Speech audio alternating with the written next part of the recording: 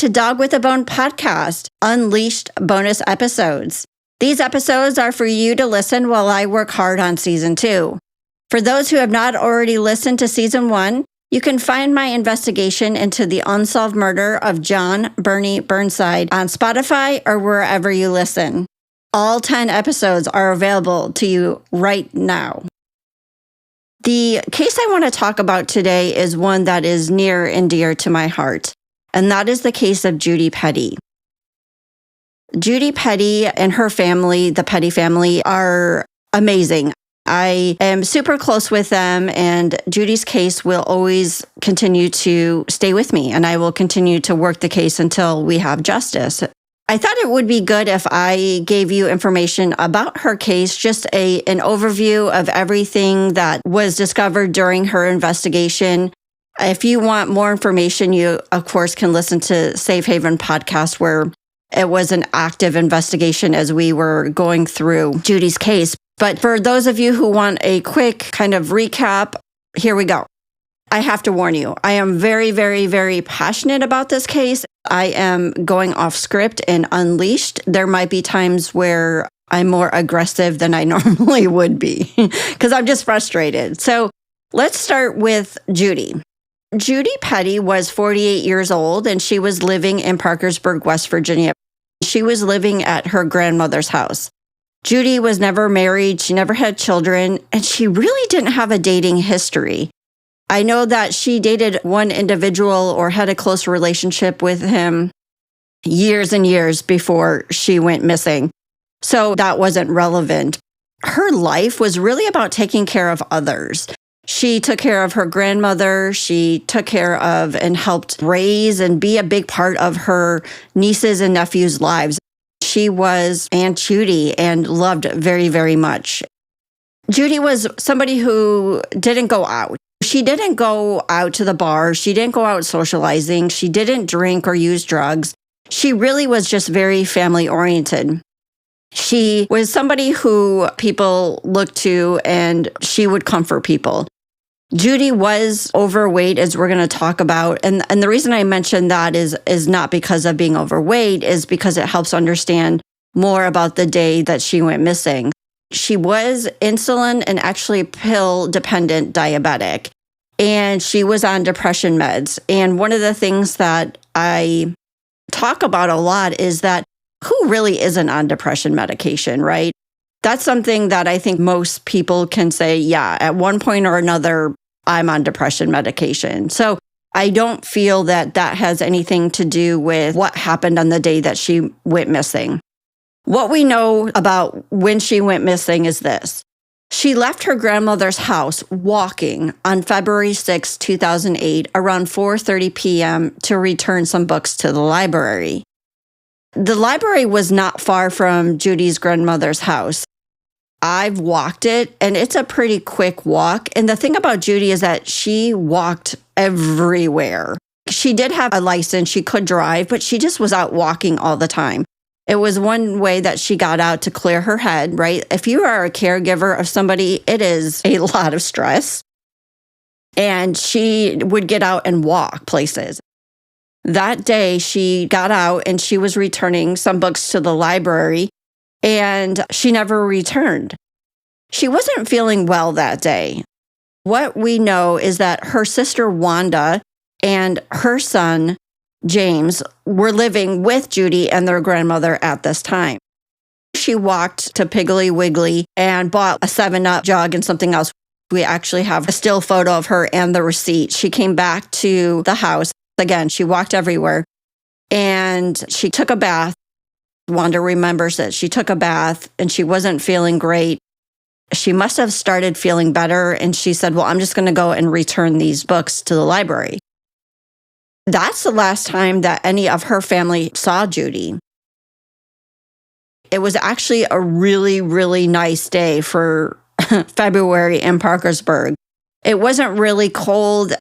She had on a jacket and jeans and hiking boots, but it wasn't freezing cold. It was actually pretty nice that day. It was getting later and the sun was setting, and everyone's kind of like, where's Judy? Judy's not back yet. And this wasn't uncommon. So there was another time where Judy would go out walking for hours. And then they're like, where is she? She ended up calling her sister Kelly when she was down in Cocoa Beach to come get her because she was lost. So again, this is not abnormal for Judy to just go out walking. But once it started getting darker out, of course, Wanda's like, what's going on? She never returned that night or the next day. The family ended up filing a report actually on the 6th when it was getting late. There was a church service going on, and Mr. and Mrs. Petty and her other sister, Cheryl, were coming out of church. They were waiting to hear if they saw Judy or if Judy was at her niece Michelle's house. At that point, when everyone started calling around, when everyone got out of church, nobody had seen her. That's when Wanda immediately called the police. The police came to the grandmother's house and they filed the missing persons report. Judy's photo was on the midnight news outlet. I know this is going to be crazy. Bear with me, everyone. Bear with me. One of the things that I could not even believe myself when I first took this case was that Judy walked out to her family farm. She lived in town with her grandmother, but the Petty family had a farm, a house, a property 13 miles away. And it's a massive property. That's where they grew up. That's where they lived. It's a gorgeous property, but it's like 12 miles away from the grandmother's house, right? What happened was that Judy walked past her grandmother's house, right, after returning books. Now, see, I told you I was going to jump all around because this case is so complicated and I'm just trying to fill you in and it's not scripted, right? So you got to go with me here. But what we know is that the books were returned. That was a question I had as well. Were the books returned? Yes, they were returned. But the problem with that is they didn't have video surveillance back then. And when the cops went to check where the books were returned, was it outside or inside the library? They didn't have that information and they didn't have the date it was returned. If it was dropped in the outside box and then they collected it on Monday, they don't know if it was Monday or Saturday or Sunday, but the books were returned. I struggled with this because anybody could have returned those, but we know that they were returned. So after she returned the books, she walked back past her grandmother's house and headed out towards the family farm. Now, in Parkersburg, these roads are, if anyone's been to West Virginia, they're dangerous. I get nervous every time I'm there driving. They're very windy, hilly, sharp curves. There's a lot of accidents that happen there in Parkersburg because of the roads. In the wintertime, when I was driving from the airport to their house, I could not believe how many deer were on the side of the road. I was riding with Doug, who's the investigator on Judy's case, and I'm like, oh my God, look at all these deer. Are they going to run out into the road? He's like, no, this is normal. West Virginia, Melissa. I'm like, okay, this is nuts. I'm from Illinois and Wisconsin, and there's not this many deer just hanging out on the side of the road. But anyways, Judy was walking from 4:30. She left. She walked to the library. She walked back. Again, it was not far. And what we know is after they had aired on the news that Judy was missing, people were calling in to provide tips that they actually saw Judy. They saw Judy turn down 2 different rides from 2 different people earlier in that evening saying that she was fine. I know I still struggle with that, but it clearly happened. You have 2 people, they don't know each other, saw Judy at different points in her journey out to the farm, and they described her and said, yes, that was her. They stopped and asked if she wanted a ride because it is very abnormal to be walking at night because the sun is setting, it's getting darker, so it is getting colder. And she's out walking in hiking boots, which I understand with the steel toe is very, very uncomfortable. And again, she's diabetic. So is she sweating? Is her sugar low? All of these things. Everyone struggles that she made this journey, but I can tell you, she did. She absolutely did. You cannot have 2 different sources saying, we saw her, and it was her.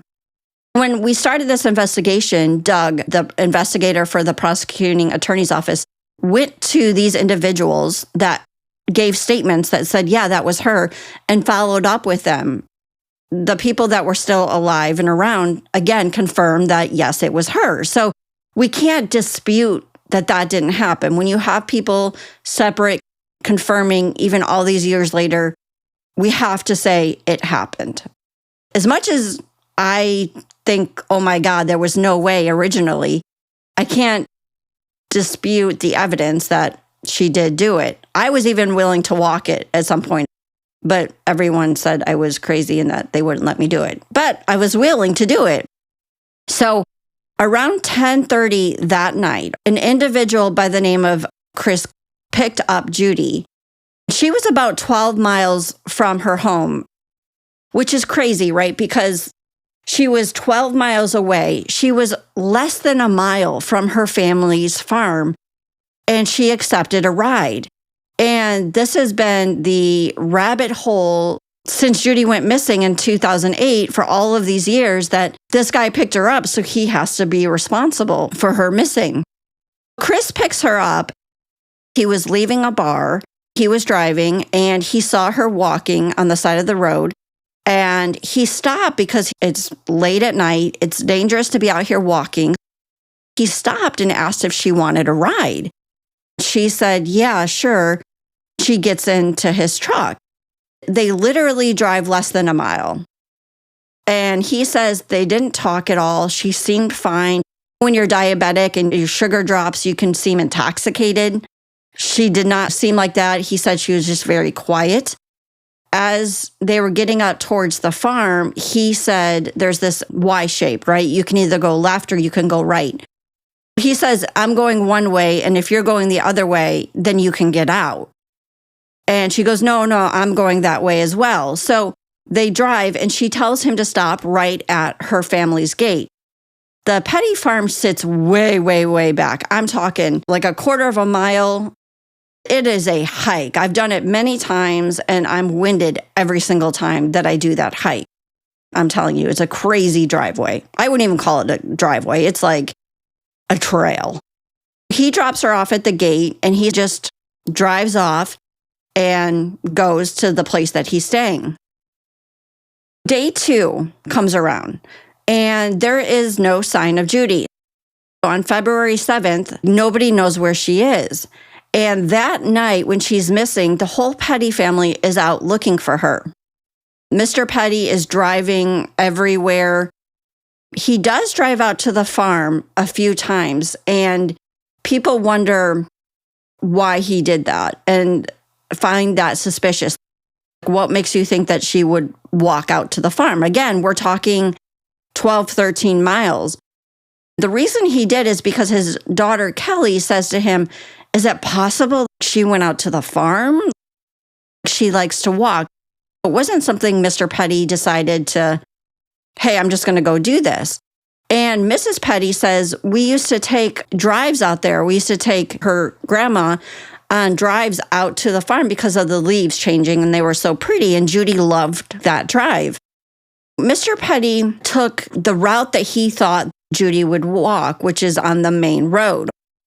And he couldn't find her. He went back and forth. The nieces and nephews and everyone is out looking for Judy. They thought, is she around town somewhere? Did she go visit somebody who had just died? Is she in the cemetery? They just have no clue where she is. When Judy hasn't returned home and no one knows where she's at, Mr. Petty drives out to the family farm early the next morning. And once he gets up halfway up the driveway, his whole property's on fire. The whole property. There was a house and there was a cellar, a motorcycle. Everything was on fire, but it was already on the ground, meaning it had burned hot and fast and it had already fell to the ground. He says that the flames were like a foot or 2 feet high. It was smoldering, so it wasn't this big fire still. It had already collapsed. The house sits about a third of a mile from the road. Like I mentioned, it is a long road. You can't really find this property without knowing it's back there. That's important to keep in mind. there's a gate, but you wouldn't know that there was a house and all of that back there because it's a third a mile from the road. Once you're halfway up that driveway and you look behind you, all you see is woods and trails. You don't even see the road. Up there, you have no cellular connection whatsoever. And Mr. Petty didn't have a cell phone at that time. He decided, like, oh my God, my whole property's on fire. So he runs down the driveway to the neighbor's house and uses their phone. And he calls his daughter first. Oh my God, the property's on fire. Holy shit. Oh my God. His daughter ends up calling 911. And a lot of people find that funny. Why didn't he just call the cops or the fire? Why did he call his daughter first? It's because he was in complete panic. I can't believe this. He's trying to find his daughter. He sees his house on fire, but then also he's gathering the troops. Call your other sister. Our property's on fire. And this is a property that Mr. Petty loved, took care of, and he was just devastated. And in moments of trauma, you don't even realize, you don't think logically. I don't hold that against Mr. Petty. Of course, it was something that we had to ask him, like, why did you do that first? The fire, ambulance, local officials, they all arrive on scene. And they're actually unable to put out the fire because the fire trucks were not able to make it up the steep, muddy driveway. So remember, when it was nice out that day that Judy went missing, but later at night, it started to get cold. There was a light snow. And so the driveway was very, very muddy. It is very hard and it's very rooted. One time, Doug and I were going up that driveway and he got a flat tire. He busted it because that's how bad the driveway was. I don't think it was that bad in 2008, but just to give you an idea, it was very, very steep and it was very muddy. So they couldn't actually get the full fire trucks up there. So they had to get brush trucks. But that doesn't really put out the fire. They decide just to let it burn itself out. But at the same time, Mr. Petty and the family are like, this can't be a coincidence. My daughter is still missing and my property is now on fire. And it was kind of like they didn't connect the two. They thought that this was maybe an accidental fire, that Judy missing is a separate thing, and everyone's screaming at the top of their lungs, this can't be just an accident and my daughter's missing. What ends up happening is because they didn't treat this scene as a crime scene or suspicious, it got trampled on. Everybody and anybody was up there walking around, stomping around. There's this massive presence. There was no, hey, we better be careful here because it may not be what we think it is. The day that they found Judy was actually 3 days later. They let the fire burn itself out. And Mr. Petty was asking for cadaver dogs. He was asking for people to come search the property. He was very determined that this can't be a separate issue. They called the cadaver dogs out, and actually everything was really too hot still. One of the dogs got burnt on the nose because the dog wanted to go down in the cellar. So the Pettys had from the house, they had a separate cellar, and it had an underground. There was a top portion that Mr. Petty kept all like his tools and furniture, and like a farmhouse. There was steps down, kind of like the Wizard of Oz is how I describe it with the cellar. There was an underneath part where you could walk down there, and there was just more car parts, canned foods, obviously expired, just an underground cellar. And that had all collapsed. So the top part collapsed on down to the cellar. And the dogs were hitting on the cellar. They kept running around that particular area and wanting to go in. Well, because they had let it burn itself out, they waited, and then they brought the dogs out again. And the dogs did pick up a scent from the road from where Chris said he dropped Judy off up to the house. So there was a tracking.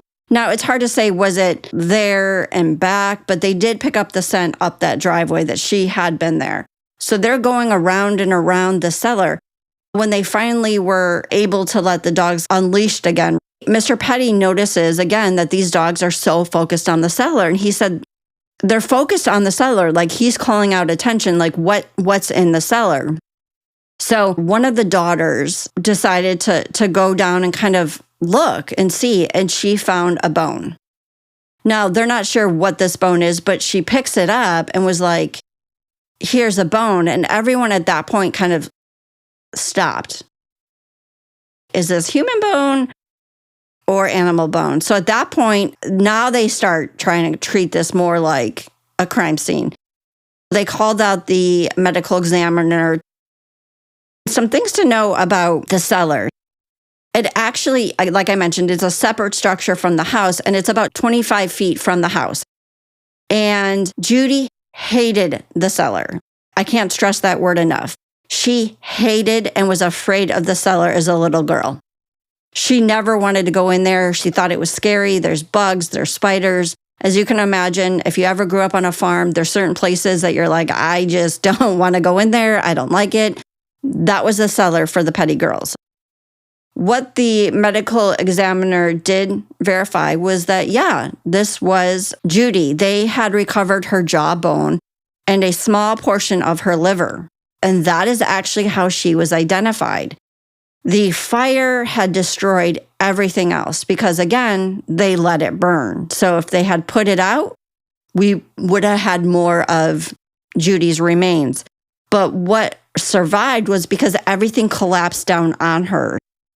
She was laying kind of on her side because the liver was protected and her jawbone was remaining. And how they know it was her jawbone was because Judy had a tooth that she lost or was loose. Mrs. Petty still talks about it. Judy glued her tooth back on, and that's actually how they knew it was her. Now we know, here's Judy. She's in the cellar. The property's on fire.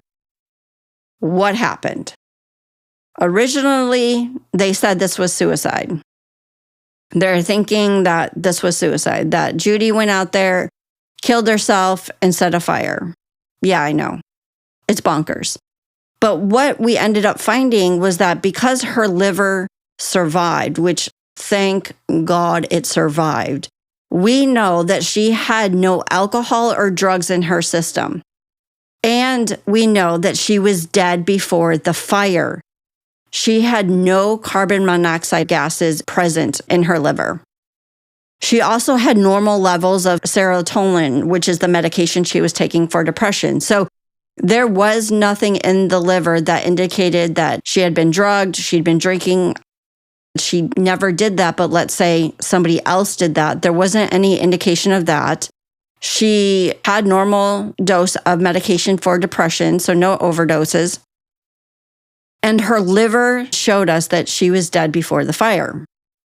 That means that someone killed her, in my eyes. There's no way that Judy could have set a fire in a place that she hated to die in and die before she inhaled any smoke. That just doesn't make any sense. And the way that the wind was blowing, the fire was set in the cellar first, and then it blew to the house. It was like a perfect storm. The cellar had a tin roof. I know, a tin roof, and that fell on Judy, causing her body to burn for 3 days under these conditions because it was hot, it was fast, it collapsed, and she was under that for 3 days. She was basically cremated. The arson investigator who looked at this said that he believes that there was actually accelerant used on Judy and in the cellar because of the trail of where it burns really, really hot and going up the stairs. He believes that there was accelerant poured on Judy and kind of backing up out of the cellar. And that is where, with the wind direction, that the cellar was started first and then the house was secondary. Unfortunately, Judy's manner of death is still listed as undetermined. They do not have enough evidence to say that it was a homicide. That's unfortunate right now, but I'll get to that more. So when we look at possible persons of interest, Chris is the guy who picked up Judy and dropped her off. So he was technically the last person to see Judy alive. I talked to and interviewed people around Chris. I talked to his ex-wife. I talked to his friends. I talked to Chris once on the phone. He actually came into the police station and sat for a 2-hour interview. He admits to picking her up and dropping her off at the farm. And he's also taken 2 polygraphs and passed them. Again, just for food for thought. We know polygraphs aren't 100% reliable, but the fact that he's been willing to take 2 and pass them shows for me that he wasn't involved in this. He's never asked for a lawyer. What he said is that he wants to clear his name because he's been tied to this for 16, 17 years. He was interviewed and there just wasn't any flags to be found to keep pursuing him at that time. And I can tell you, I was the first person that was very disappointed because I was shocked. There was nothing more that he said, presented, did. All the people that I've talked to surrounding him at the time, nobody could say he was violent in that way. I talked to his wife, and there was domestic there, but he was never arrested for that. But I couldn't find people who would confirm he was violent, he hated women, all of these things. He did have a problem with alcohol and pills and all of that. So I was wondering, was he drunk from the bar? Was he high? He picked her up, something happened. And what's crazy about this is that where Chris was staying was actually with an individual named Tom who lived behind the Petty property. So you could get there, but by walk or a 4-wheeler. I've done it a few times. I've walked it and 4-wheeled it. But you have to be intentional about it. I've heard that Tom used to grow marijuana between the Petty farm and his house back then, and him and Mr. Petty used to get into it. So Chris had been staying there because he was getting a divorce and kicked out of his house. Tom's daughter was sleeping on the couch, and she doesn't recall when Chris came home. It didn't wake her up or anything like that. There wasn't anything more to say that, yes, he went back or he walked her up there. There wasn't anything more that I could find where Chris would be involved in this other than being the last person to see her alive. Then we move on, and right next to the Petty property is another property, and the person who lived there, his name was Billy. Billy lived 0.5 miles from the Petty property, which again can be accessed by trails through the forest, but it's tricky. It's hard to do. I've tried to do it a couple of times, but there was a trail that Billy used to go up to the Petty property and steal Mr. Petty's equipment. Let me tell you about Billy. Billy committed suicide in January 2015. Billy had an auction house, and it was kind of kitty corner from the Petty property and across the street from his property. And it was very, very successful. His dad had it. So Billy would often be up at the Petty farm stealing things because the Pettys no longer lived there. Mr. Petty was actively always up there keeping the property mowed and taken care of, and he would notice things were gone. He also noticed at the auction house, one of his wood saws or something was either at the auction house or on Billy's property. I talked to one individual who told me that he for sure knows that Billy and Billy's sister, Kim, who we'll talk about in a moment, would be up on the Petty farm stealing stuff. They would use wheelbarrows or 4-wheelers and collect stuff and take it back to their house. So the thing about Billy was that he actually had a crush on Judy. From everybody that I've talked to, Billy most likely suffered from mental illness. Most likely maybe schizophrenia. Again, not 100%, didn't talk to him, can't diagnose, but being an LCSW and what I've heard, I definitely feel like he was in that category.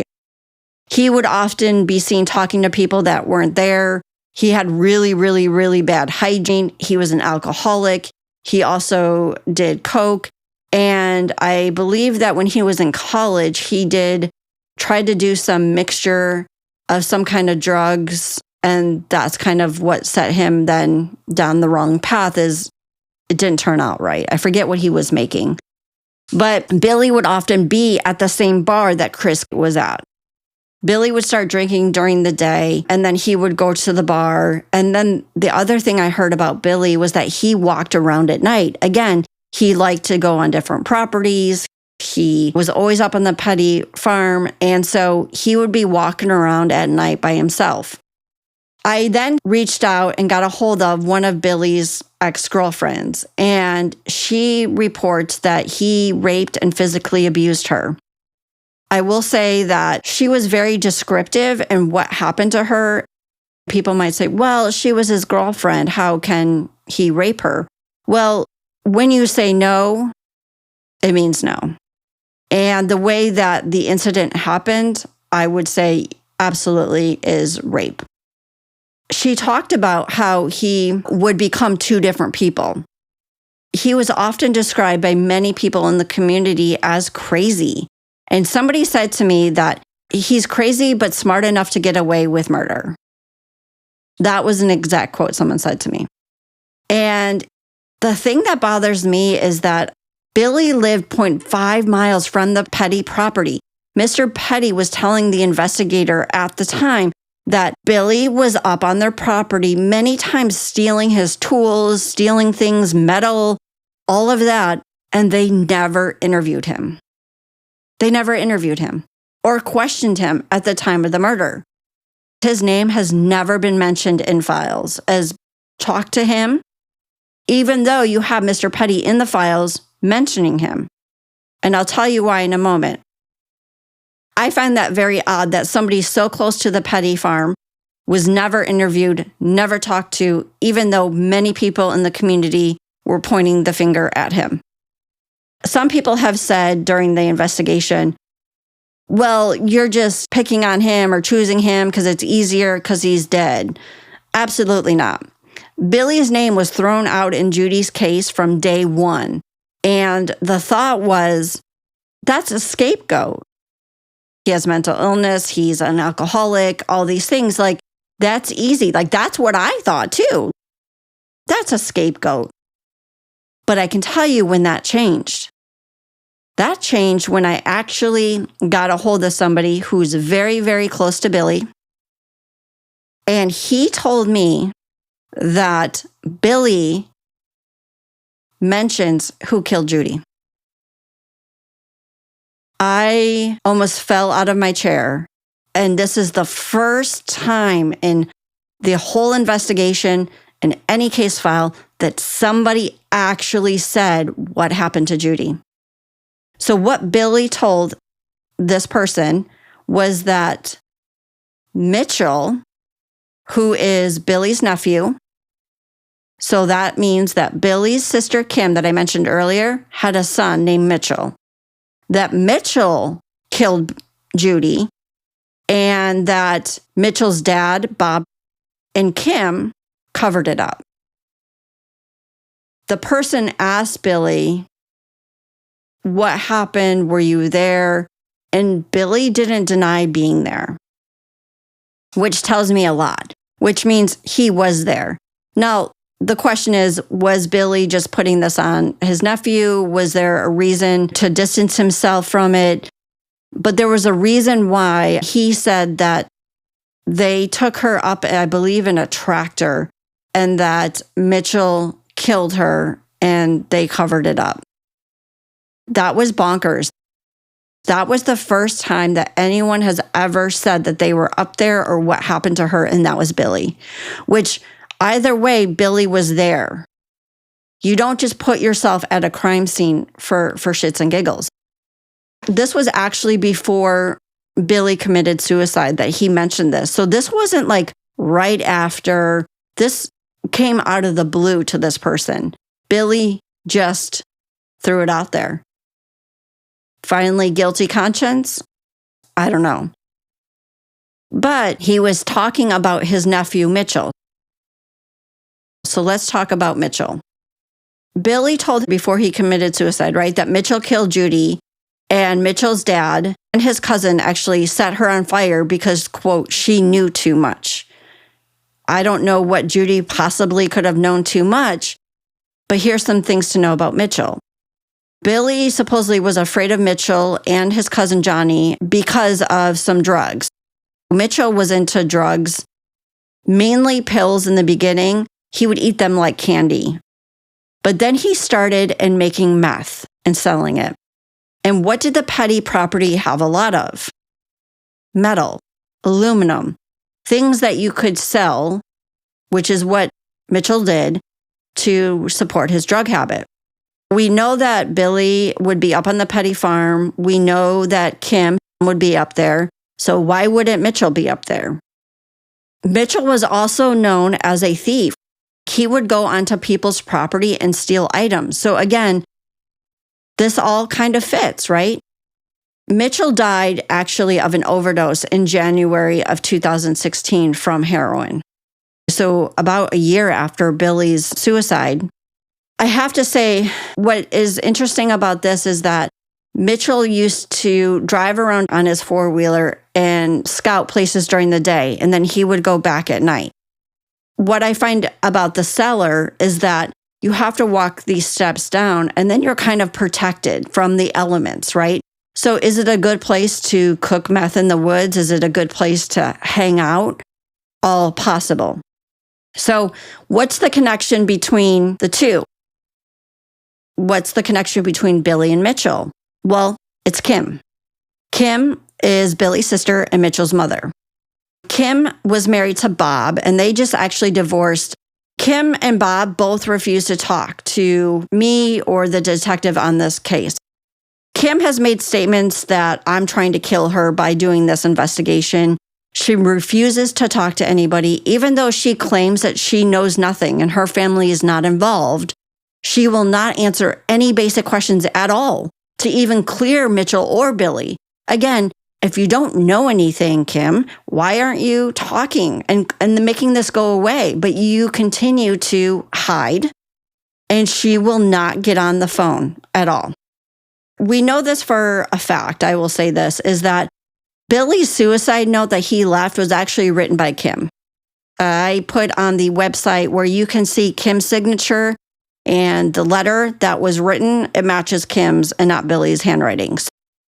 Billy actually went to the restaurant that day that he normally goes to. He pulls into the auction house and shoots himself. He gets out of the truck and shoots himself and lays there on the ground on the snow until a driver drives by and sees him there. And then from there, it gets crazy. There's a lot of people who believe that Kim killed Billy and set it up as a suicide. I just don't think that that's true. Based on everything I've uncovered, I think that Kim wrote the suicide letter because she wanted the money. So Billy was very rich. He was sitting on a lot of property. He was actually expecting to get a large check in the mail. I think Kim wrote the letter because she's greedy financially, and she wanted to ensure that she got the property and the money, and that Billy's brother particularly didn't get it. She mentioned the one sister as everything going to them and not the brother, which he eventually sued. He said he proved that Kim wrote that letter.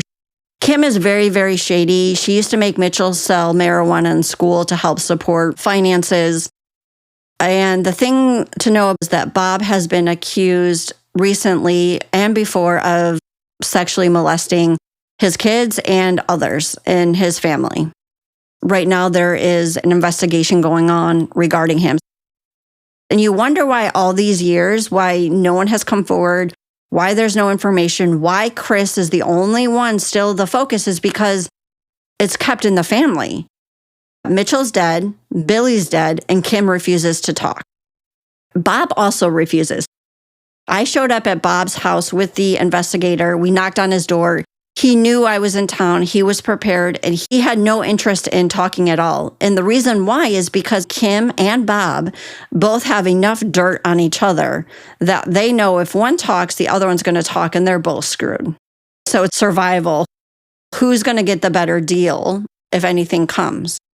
That's why I full-heartedly believe that it's within this family, that one of them is responsible for Judy's murder, and then they set the fire. As I mentioned earlier, Judy was overweight. She was heavy. So when you look at the size of Mr. Petty, when you look at the size of other people, it'd be difficult to move her body. She was killed outside of the cellar. And then using gravity and the stairs, they dragged her down the cellar backwards. Where she was found was right at the bottom of the stairs in the cellar. They got her in just far enough and just laid her there and then poured accelerant and backed up. The other thing to know about this is after the fire, Judy's murder, Mr. Petty did not see things being stolen from his property anymore. It stopped. So what could it be that he just didn't notice? Sure. But he fully believed that that had stopped after Judy's murder. When I look at everything and all the red flags and all the participants, I have to say that it's hard to say who was involved. We know that Billy himself puts himself there. He had a crush on Judy. He was physically abusive and raped his previous girlfriend. He walked around at night. He was at the same bar that Chris was at. Here's what I think. That Billy was out walking. He might have been up on the Petty property. Mitchell might have been up there. Didn't expect Judy, or they saw Judy get out of Chris's truck and walk up there, and they followed her up there. When they said she knew too much, quote, when Billy said that, is it because they had meth going on up there, or they had illegal things going on that Mitchell did? He would make meth in the woods. He would shake and bake, as I learned. I full-heartedly believe you don't just come out of the blue 10 years later and say, this is the person that killed Judy, and not deny not being there. You have him up there before. You have his history. You have that he had a crush. I often wondered, could Billy do this alone? If Billy killed Judy, would he be smart enough to realize he then needed to set a fire to cover it up? And I go back to the quote that someone told me is that he's crazy, but he's smart enough to get away with murder. And I also think that Kim controls and controlled this family. She's the shot caller. So can I see Billy calling Kim just saying, oh my God, this is what just happened, and Kim goes into protection mode and sends Bob up there, sends Mitchell up there? I don't know. But I do know that Kim isn't talking for a reason. There's no logical reason for Kim not to sit down and answer basic questions about Judy, about what Billy was doing at that time, what she can remember. Nothing. Nothing at all. And she just keeps saying, I don't know anything. That's not good enough, Kim. That's not good enough. Sit down and actually take questions if you don't know anything. But she won't do it. She won't do it even to save her family now. So as with Bernie's case, I post on Parkersburg. I was on WTAP.